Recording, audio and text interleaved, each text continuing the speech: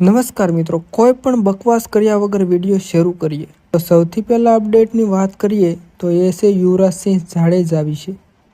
હા મિત્રો, તો 1-2 દિવસ પહેલાં એક પીજીવીસીએલનો કર્મચારી લાઇટના પોલ ઉપર ચડી કામ કરતો હોય છે અને અચાનક વીજળીની લાઇન શરૂ થતાં તેનું ત્યાં જ અકસ્માત થાય છે અને ડેથ થાય છે।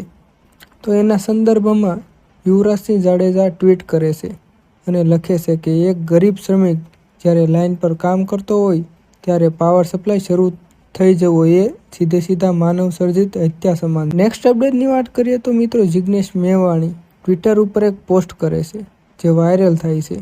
એમાં જિગ્નેશ મેવાણી કહે છે કે ઈડીના અધિકારીઓ નિવૃત્ત અધિકારી બ્રહ્મભટ્ટની અબજોની મિલકતની તપાસ કરતા જજો।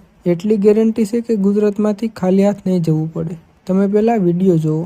સુરેન્દ્રનગર કલેક્ટરના કથિત 1500 કરોડના જમીન કૌભાંડમાં ઈડીના ગુજરાતમાં કેટલાક દિવસથી સુરેન્દ્રનગરમાં ધામા છે।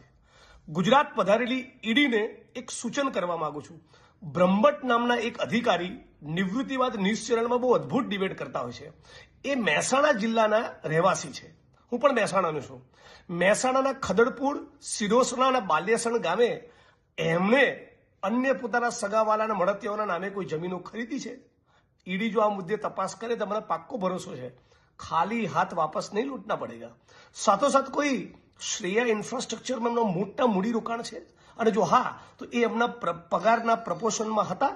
એમનો પગાર આટલા વર્ષો દરમિયાન કેટલો હતો અને શ્રેયા ઇન્ફ્રાસ્ટ્રક્ચરમાં કરોડોનું જે ઇન્વેસ્ટમેન્ટ કર્યું એ પૈસા કઈ રીતે આવ્યા, ઈડી જો આની તપાસ કરે તો પણ ખાલી હાથ નહીં લૂટના પડેગા। અને સાથોસાથ બનાસકાંઠા જિલ્લામાં કોઈ 800 વીઘા જમીન છે, ખરીદેલી છે 800 વીઘા, આની પણ ઈડી તપાસ કરે એવી માગણી કરું છું। ઈડીનો ગુજરાતનો ફેરો બ્રહ્મભટ્ટ સાહેબની મિલકતની તપાસ કરશે તો ચોક્કસ લેખે લાગશે।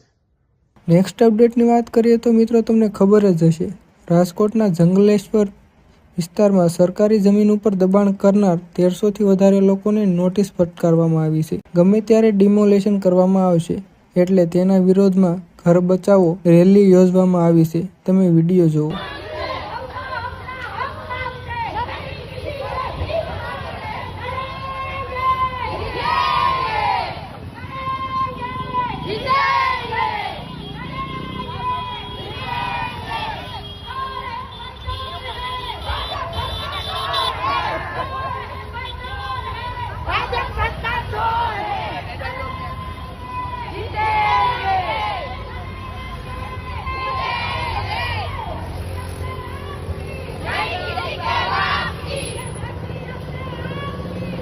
નેક્સ્ટ અપડેટની વાત કરીએ તો મિત્રો, આરતી સાંગાણી જે એક સિંગર છે અને હાલમાં તેણે લવ મેરેજ કર્યા છે, તો એ બાબતને લઈને સોશિયલ મીડિયામાં એને ખૂબ ટ્રોલ કરવામાં આવી રહી છે, કેમ કે તેણે જેની સાથે લગ્ન કર્યા છે એ વ્યક્તિ તેની સાથે પ્રોગ્રામમાં તબલા વગાડવા જતો હતો। નેક્સ્ટ અપડેટની વાત કરીએ તો મિત્રો, સમરસ હોસ્ટેલ ઘણા સમયથી વિવાદમાં છે કેમ કે ત્યાં ભોજન સારું નથી મળતું એટલે ત્યાં હંગામો થયેલો છે અને હાલમાં નબળા ભોજન મુદ્દે વિદ્યાર્થીઓ ઉગ્ર વિરોધ કરી રહ્યા છે।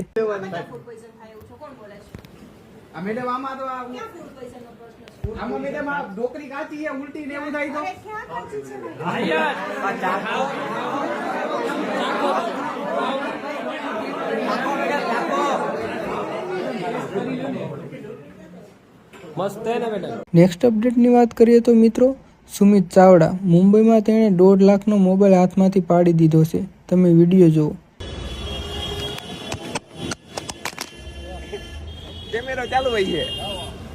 નેક્સ્ટ અપડેટની વાત કરીએ તો મિત્રો, જિગ્નેશ મેવાણીએ જંગલેશ્વરના ડિમોલેશનને લઈને કંઈક કહ્યું છે। એણે કીધું કે જો કરવું જ હોય તો ટીઆરપી અગ્નિકાંડના આરોપીના ઘરનું ડિમોલેશન કરો, આ ગરીબ જંગલેશ્વરના ઘરોનું નહીં। તો મિત્રો, આજ માટે એટલું જ રાખીએ। જો વિડીયો ગમ્યો હોય તો લાઈક કરી દો, કેમ કે આવા અપડેટ હું લાવતો જ રહીશ। કર ભાઈ સબસ્ક્રાઈબ કરને, કાંઈ તું દુબળો નહીં પૂરી જાય એક સબસ્ક્રાઈબ કરીશ તો। નમસ્કાર મિત્રો, નિકુંજ જોશી ટ્વિટર પર એટલે કે એક્સ ઉપર એક ટ્વીટ કરે છે। શું કરે છે ચાલો જોઈએ। કહે છે કે ભાજપ ગાય કાપવાની ફેક્ટરી પાસેથી ફંડ મેળવે છે। બોલા ભાજપે ગાય માતાને નામે વોટ લીધા અને આજે આ જ ભાજપ ગાય કાપવાવાળા જોડેથી ફંડ લે છે। છેલ્લા 32 વર્ષોથી આ ભાજપ ગુજરાતની 7 કરોડ જનતાને મૂર્ખ બનાવે છે। ઓળખો ભાજપને। અને 2027માં કાઢો ભાજપને. તો મિત્રો તમે શું બીજેપી વિશે વિચારો છો? તમે કમેન્ટમાં જરૂર કહેજો નીચે, અને તમે એક વિડીયો જુઓ. जो भिखारी पार्टी थी, मैं उसमें था, लोगों को हाथ जोड़ के 100 200 रुपये इकट्ठा करते थे. वो पार्टी में हजारों करोड़ और वो करोड़ रुपया भी एक गाय भक्त वाले, गाय काटने वाले लोग की जो फैक्ट्री होती है वो हिंदुओं की, उससे चंदा लेते हैं.